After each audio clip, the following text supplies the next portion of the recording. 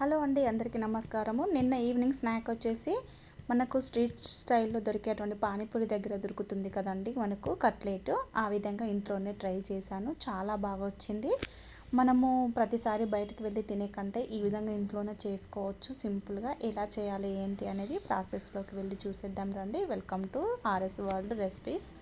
ముందుగా ఇక్కడ నేను ఈవినింగ్ చేస్తున్నాం కదా మనం స్నాక్, కాబట్టి మార్నింగ్ నానబెట్టుకుంటే సరిపోతుంది. లేదు అనుకుంటే నైట్ కూడా నానబెట్టుకోవచ్చు. ఇక్కడ నేనైతే మార్నింగ్ నానబెట్టాను, ఈవినింగ్ 5 కల్లా స్నాక్ అయితే స్టార్ట్ చేశాను అన్నమాట. ఇక్కడ బఠానీలు మనము కడిగి పెట్టుకున్నటువంటి తెల్ల బఠానీలు వేసుకోవాలి, నానబెట్టుకున్నవి వేసుకొని ఒక పెద్ద సైజు ఆలుగడ్డ వేసుకున్నాను. తర్వాత కొంచెం పసుపు అలాగే సాల్ట్ వేసుకోవాలి. వేసుకొని తగినన్ని వాటర్ అయితే వేసుకోవాలి. ఇక్కడ నేను కుక్కర్లో పెడుతున్నాను అన్నమాట, ఎందుకంటే బఠానీ ఉడకడానికి కాస్త టైం పడుతుంది కాబట్టి విజిల్స్ కోసం అని చెప్పేసి నేను ఇక్కడ కుక్కర్ అయితే పెట్టుకున్నాను. ఒక 4 to 5 విజిల్స్ వస్తే సరిపోతుంది. అక్కడ పెట్టుకున్న తర్వాత మనకి బఠానీ అనేది ఉడికిన తర్వాత ఇక్కడ ఒక చిన్న వెడల్పటి గిన్నె అయితే తీసుకోవాలి. తీసుకొని గ్యాస్ ఆన్ చేసుకొని ఒక ఆనియన్ అలాగే ఒక పచ్చిమిర్చి వేసుకొని ఈ విధంగానైతే దోరగా ఫ్రై చేసుకోవాలి. చేసుకున్న తర్వాత కొంచెం అల్లం వెల్లుల్లి పేస్ట్ కూడా వేసుకున్నాను. వేసుకొని అంతా ఒకసారి అయితే ఈ విధంగా కలుపుకోవాలి.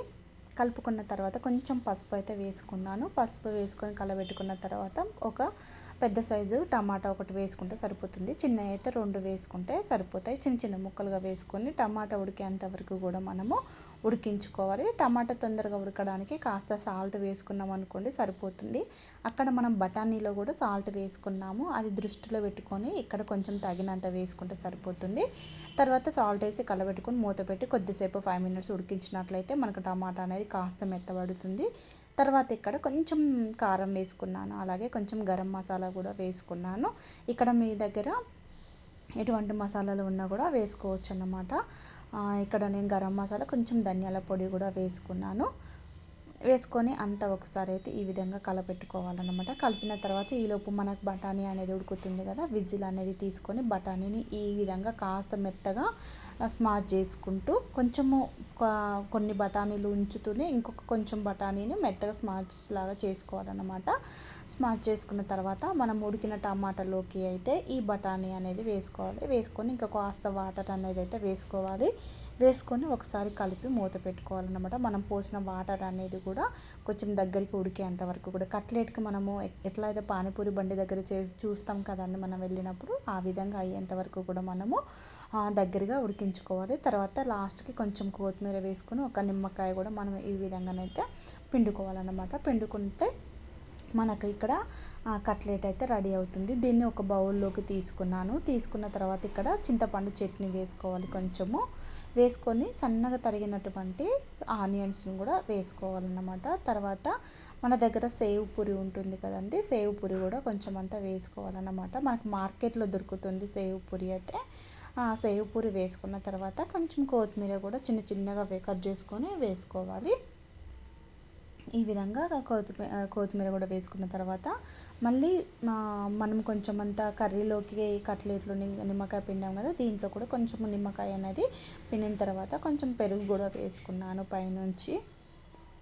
వేసుకొని దీని మీద మనము పానీపూరి చేసింది ఉంటుంది కదండి, పానీపూరి కానీ సమోసా కానీ ఉంటే ఈ విధంగా చిన్న చిన్నగా చేసుకోవాలి. నా దగ్గర సమోసా లేదు, పానీపూరిని ఫ్రై చేసి కొంచెం ఒకటైతే ఈ విధంగా చిన్నగా నేను వేసాను అన్నమాట.